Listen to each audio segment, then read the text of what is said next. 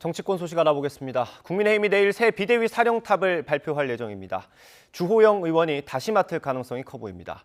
더불어민주당은 내일 의원총회에서 이재명 대표에 대한 검찰의 소환 통보에 대해 논의합니다. 취재기자 연결합니다. 김승환 기자. 네, 국회입니다. 네, 국민의힘 비대위원장 내일 다시 발표되는 거죠? 네, 국민의힘은 내일 전국위원회를 열어 비상상황 요건을 선출직 최고위원 5명 중 4명 이상 사퇴로 명시한 당헌 개정안 등을 의결합니다. 앞서 법원이 당의 비상 상황을 엄격히 판단해야 한다고 결정하자 판단 근거인 당헌을 수정한 건데요. 내일 전국이 의결 직후엔 권성동 비대위원장 직무대행 겸 원내대표가 새 비대위원장을 발표할 예정입니다.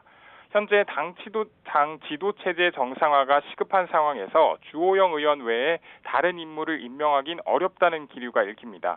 다만 추가 가처분 위험성을 줄이기 위해서라도 일부 비대위원들이 위원직 사퇴를 고민하고 있습니다.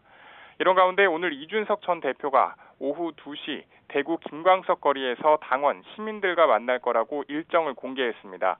법원의 가처분 신청 결정 뒤 이 전 대표가 공식 석상에 나서서 의견을 밝히는 건 오늘이 처음입니다.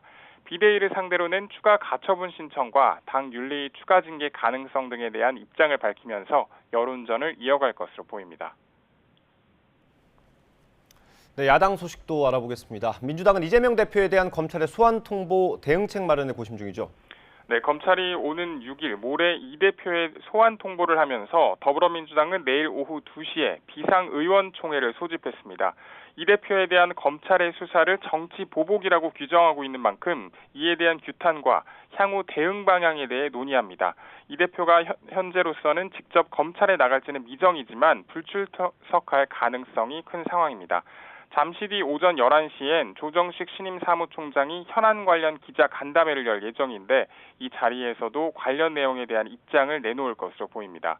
이런 가운데 오후 6시쯤엔 정의당의 비례대표 국회의원 총 사퇴 권고에 대한 전 당원 투표 결과가 공개됩니다. 이번 투표에서 찬성으로 가결되더라도 강제성이 없지만 정의당 의원 6명 가운데 5명이 비례대표인 만큼 거취 압박으로 작용할 수 있다는 분석이 나옵니다. 지금까지 국회에서 YTN 김승환입니다.